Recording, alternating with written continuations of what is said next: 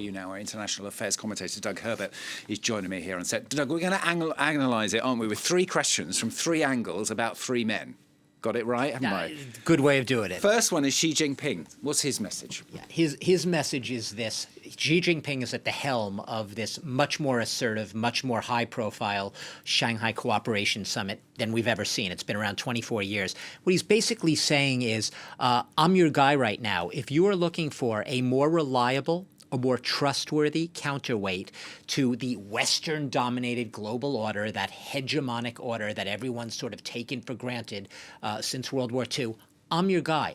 Look, I am right now able to host this summit. I've gathered together on the Chinese stage, heads of state from more than 24 countries. And he's basically saying you don't need this unipolar diktat. Maybe he didn't say Donald Trump's name, but it's clear that the U.S. is really in the crosshairs of this summit. We don't need to follow the marching orders from this global hegemon, i.e. the United States. We can provide the basis for a more orderly, we heard that word just used in the report from Taipei, a more orderly, a more structured, a more mature, multipolar, and that is the big word here, world order. Not unilateral, not imposed by the West, multipolar. And Xi Jinping, I have to say, he is doing it with a lot of confidence and conviction. There had been some sort of, mumblings within China. He hadn't been seen as much in recent months. What's going on? Are there internecine struggles within China's Politburo? He has very much showed himself in the past couple of days. He is at the helm of not just China, but at the helm of this, I won't say new world order, it's in the making, but alternative world order. He is a man who has a lot of strut in his step. Second man, Vladimir Putin. Russia's state-controlled media have been hailing his reception there. What's he hoping to get out of it? Well, he's not Xi Jinping, and he's not on the same level as Xi Jinping. Russia is weaker than China. Let's not mince words.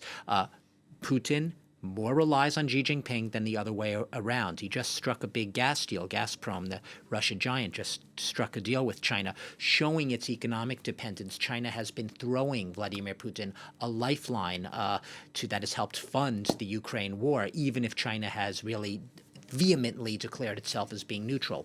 Putin, like Xi Jinping, the one thing they have in common at this summit, they are men with strut in their step. I said that about Xi. I'll say it about Putin.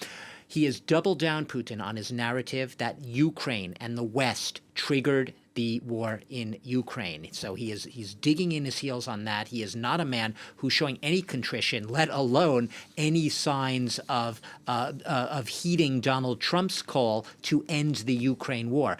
If and when that war ends, it is going to be on Vladimir Putin's terms and no one else's. That at least is the message Vladimir Putin is signaling. It's one of confidence. It's one of rapprochement with China, with other countries, including India, including Iran, at this summit. But Vladimir Putin has gotten a boost out of this. He was a pariah. Donald Trump let him back in from the cold with that big Alaska summit that we saw. So it's a little bit of an own goal right there. But Vladimir Putin basically looking to boost, shore up partnerships that he still needs as this Ukraine war, basically his war of aggression against Ukraine, shows no signs of ending anytime soon. And the third man we're going to talk about isn't even at that summit, so I'm sure you can guess who he is. Many saying it's his trade war, his America First policies that have led to this summit or led to this rapprochement in the first place. It's Donald Trump, of course. Yeah, Donald Trump, you could say, unwittingly has been the rocket fuel for a lot of this summit. Let's remember that I said there's over 24 heads of government and state, right, at the summit. These are not natural-born allies, Stuart. These are allies in many cases who are, I won't say reluctantly, but who are being driven into each other's hands by, yes, a United States right now under Donald Trump that many of them see as very disruptive, as hunkering down in the name of the America First agenda. Many of them see Donald Trump as having gone way too far. His transactional brand of politics is alienating not just allies, but also people that he perhaps hoped to bring on board. India prominent among them. Narendra Modi, no, he's not going to ditch his relationship with the U.S. anytime soon, but those 50% tariffs that Trump has slapped on India, in part to punish him him for buying oil from Russia, also to punish him for not giving Donald Trump more credit for mediating the end to the India-Pakistan war a few months ago, that conflict.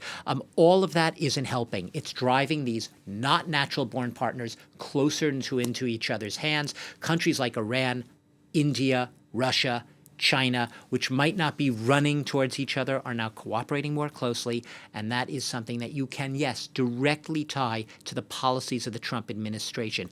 It says it's working in America's interests. It's doing what Donald Trump has to do, but I have to say, what Donald Trump has to do is something that Xi Jinping and Vladimir Putin realize is giving them a common cause, common grievance against a common adversary, the United States.